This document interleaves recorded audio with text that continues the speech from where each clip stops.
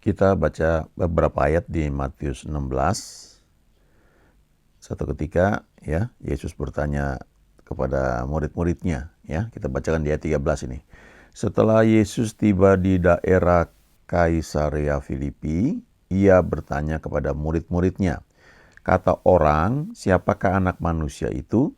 Jawab mereka, "Ada yang mengatakan Yohanes Pembaptis, ada juga yang mengatakan Elia, dan ada pula yang mengatakan Yeremia atau salah seorang dari para nabi." Nah, ini kita belajar di sini ya, bahwa pendapat seseorang ya tentang Tuhan itu bisa berbeda-beda ya, tergantung sejauh mana mereka kenal Tuhan. Jadi kita lihat di sini ya, Yesus bertanya ya, menurut orang-orang tuh, aku ini siapa? Tapi yang menarik adalah dia lanjutkan di ayat 15. Lalu Yesus bertanya kepada mereka, "Tetapi apa katamu? Siapakah aku ini?" Nah, ini yang jauh lebih penting ya. Secara pribadi kita kenal Tuhan itu sejauh mana? Maka jawab Simon Petrus, "Engkau adalah Mesias, anak Allah yang hidup." Dari mana Simon bisa berkata seperti itu? Ya, jawabannya di ayat 17 ya. Kata Yesus kepadanya, "Berbahagialah engkau Simon bin Yunus, sebab bukan manusia yang menyatakan itu kepadamu, melainkan Bapa-Ku yang di surga."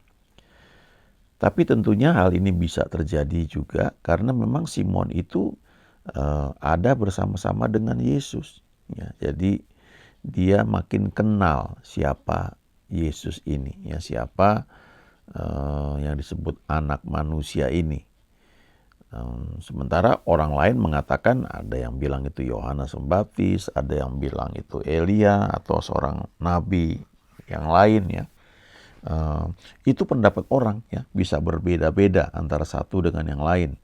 Dan ya saya pikir sah saja ya, dalam arti karena ya mungkin mereka tidak kenal, tidak cukup kenal ya, latar belakang mereka dan sebagainya. Tetapi yang jauh lebih penting adalah ketika Yesus bertanya kepada murid-muridnya ya, termasuk kepada kita, "Menurut kamu aku ini siapa?" Nah, sejauh mana kita kenal Tuhan kita? Nah, Simon berkata, "Engkau adalah Mesias, anak Allah yang hidup." Dan itu karena Bapa di surga yang menyatakannya. Ya, saya percaya lewat pekerjaan Roh Kudus ya. Hal yang sama juga buat kita, ya demikian. Lalu kita baca lagi ayat berikutnya, ayat 18. "Dan aku pun berkata kepadamu, engkau adalah Petrus, dan di atas batu karang ini aku akan mendirikan jemaatku, dan alam maut tidak akan menguasainya. Kepadamu akan kuberikan kunci kerajaan surga. Apa yang kau ikat di dunia ini akan terikat di surga, dan apa yang kau lepaskan di dunia ini akan terlepas di surga." Nah, kalau kita ke Israel ya, nanti ada satu tempat di mana di tepi danau ya, Galilea itu ada patung ini, patung Petrus ya, cukup gede sekali.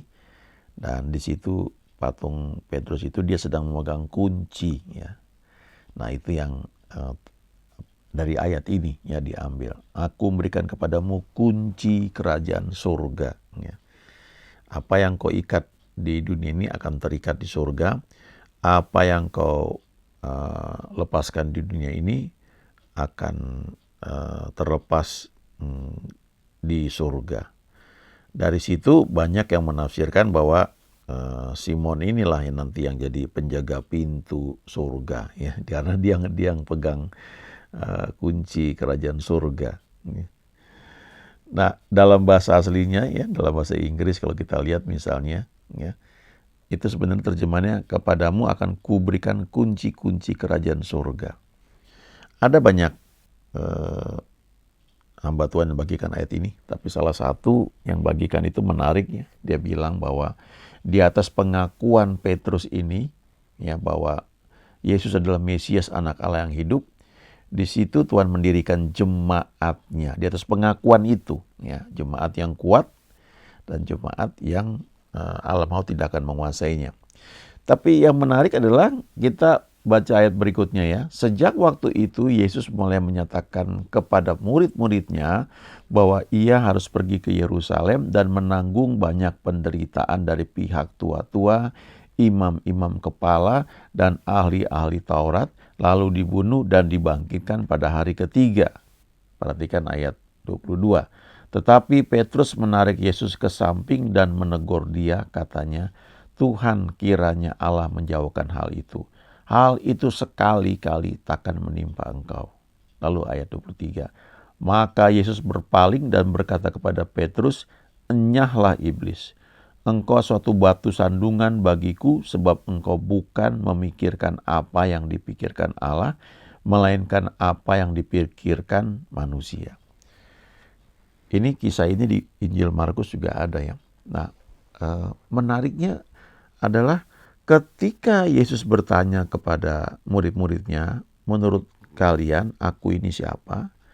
Lalu Simon tuh menjawab dengan spontan, engkau adalah Mesias, anak Allah yang hidupnya. Tapi setelah itu, ketika Yesus berkata bahwa anak manusia akan menderita, ya. Lalu Simon kasih jawaban, itu nggak akan menimpa engkau, ya. Engkau akan dilindungi. Dan yang sebelumnya Yesus bilang, berbahagialah engkau Simon bin Yunus, karena bukan manusia yang menyatakan itu, tetapi Bapakku yang di surga, ya.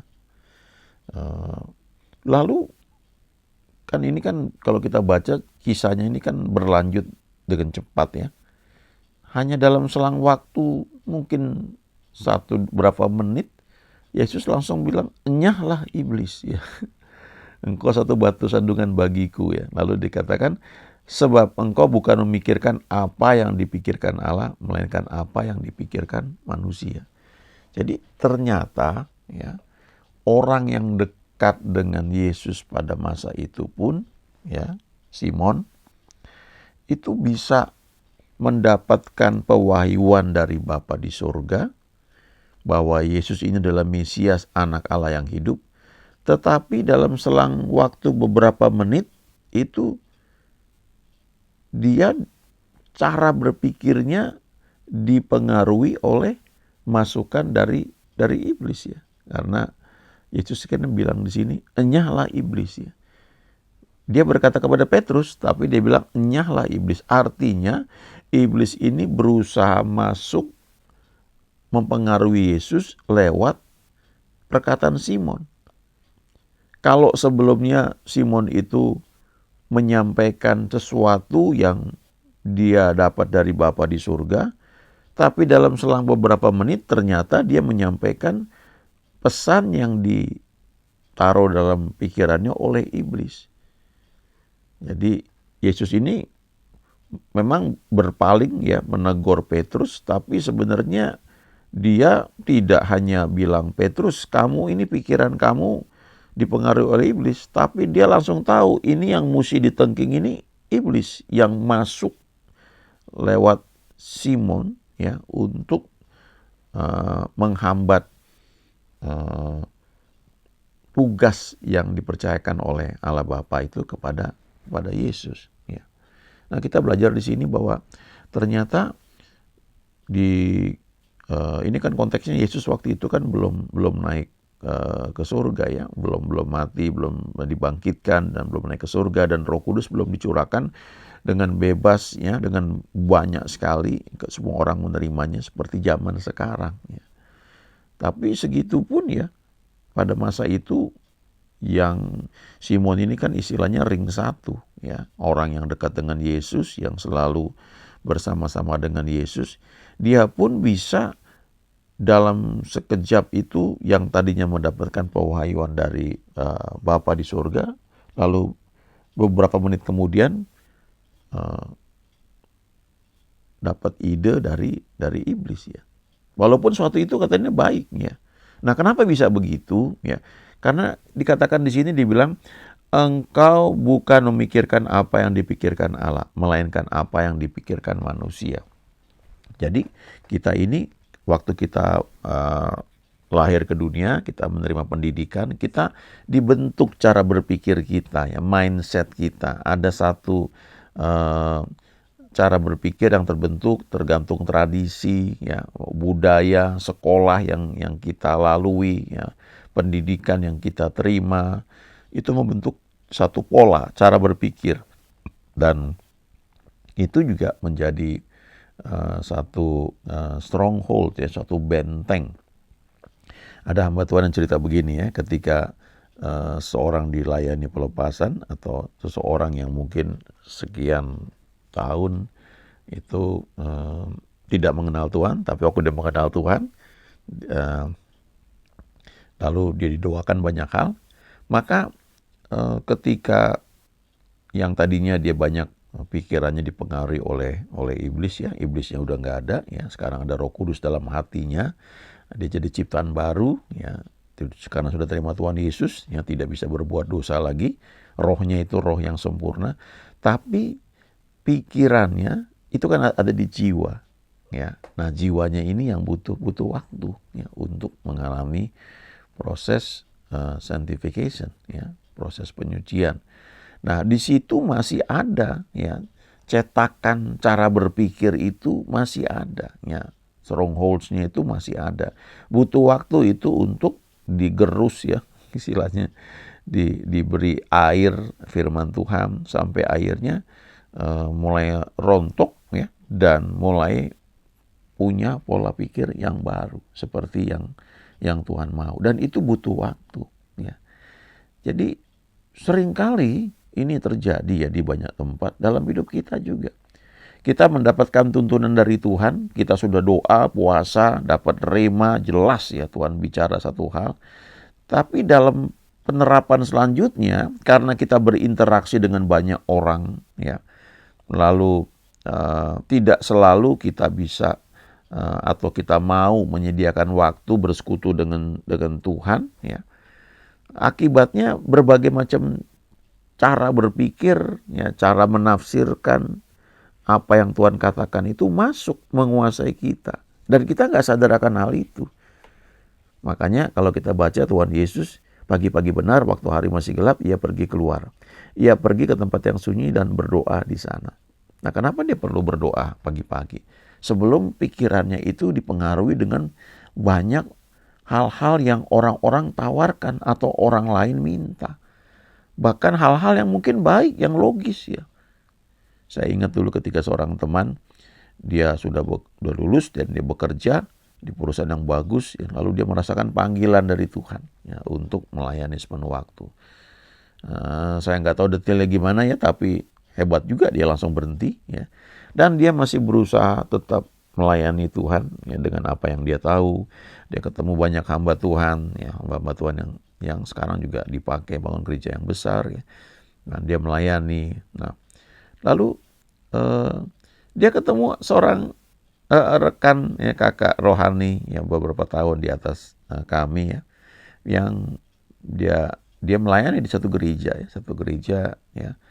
Lalu dia tawarkan untuk terlibat di gereja itu. Walaupun saya lihat, wah, ini bukan pasti ini, ya. Dan idenya memang bagus, ya. Tapi ternyata, ya, teman saya juga dia nggak ambil itu, ya. Dia masih butuh waktu beberapa lama sampai akhirnya dia mengerti ada jalur, ya. Dan itu butuh waktu, ya, bertahun-tahun, dan hari-hari ini pelayanannya sudah sangat besar dan luar biasa, ya. Saya sering katakan kepada banyak orang bahwa tidak selalu kita bisa membandingkan, ya, antara kita dengan orang lain, karena masing-masing punya panggilan, punya situasi yang berbeda, ya. Tuhan itu sangat luar biasa, dia bisa pakai kita dengan cara yang unik, dan karena itu kita nggak bisa bandingkan satu dengan yang lain, ya. Tapi setiap orang daripadanya Tuhan bisa bekerja untuk manfaat kerajaan surga dan juga untuk manfaat orang tersebut, ya.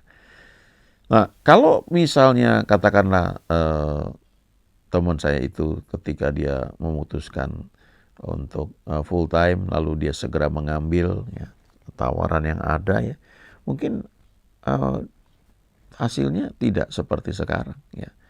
Karena apa yang dari Tuhan itu harus dilanjutkan dengan tuntunan Tuhan juga, ya.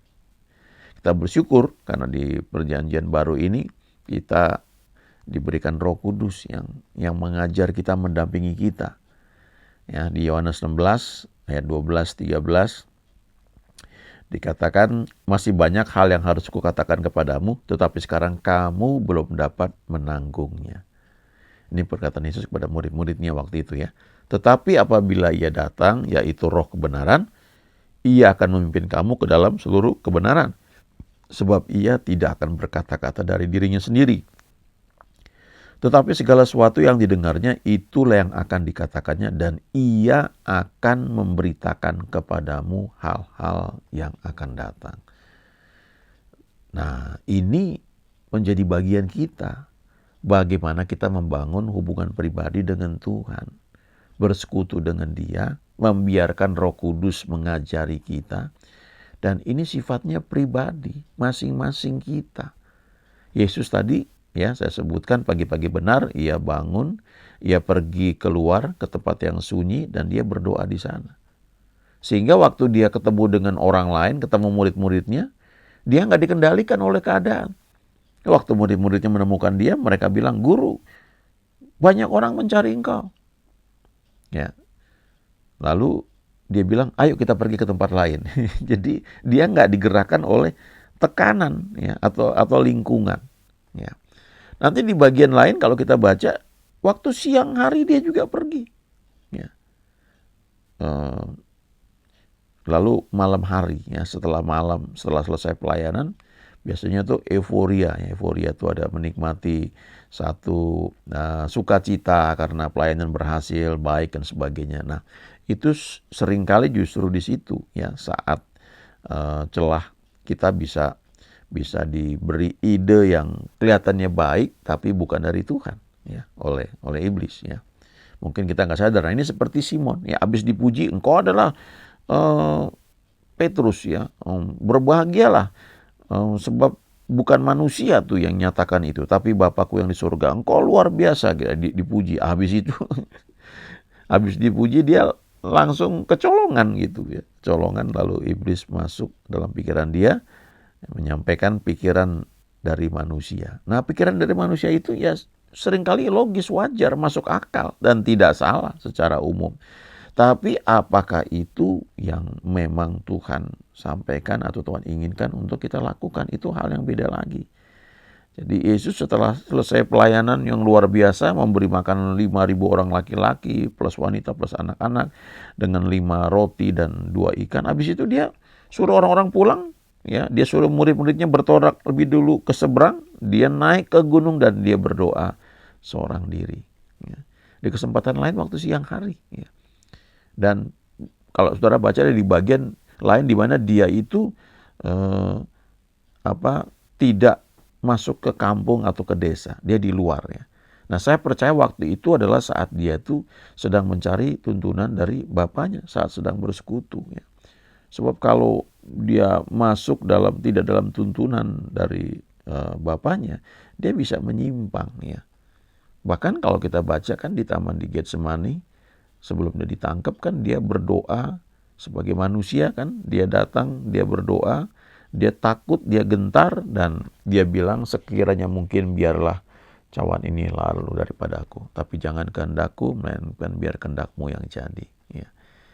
Dan kemudian dia dikuatkan, akhirnya dia bisa menyelesaikan apa yang ditugaskan kepadanya, ya, sehingga dosa manusia semua dibereskan di kayu salib 2000 tahun yang lalu. Ya.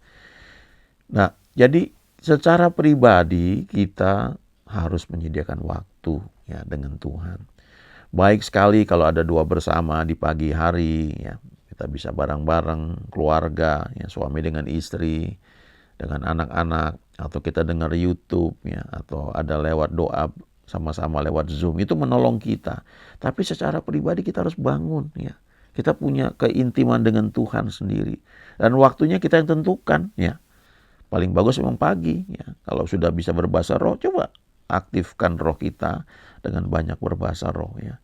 15 menit non-stop ya. Kalau sudah bisa 30 menit bagus, apalagi lebih dari situ. Nanti kita akan banyak hal diberitahu oleh Roh Kudus, termasuk hal-hal yang akan datang ya. Itu ajaibnya Tuhan kita. Amin.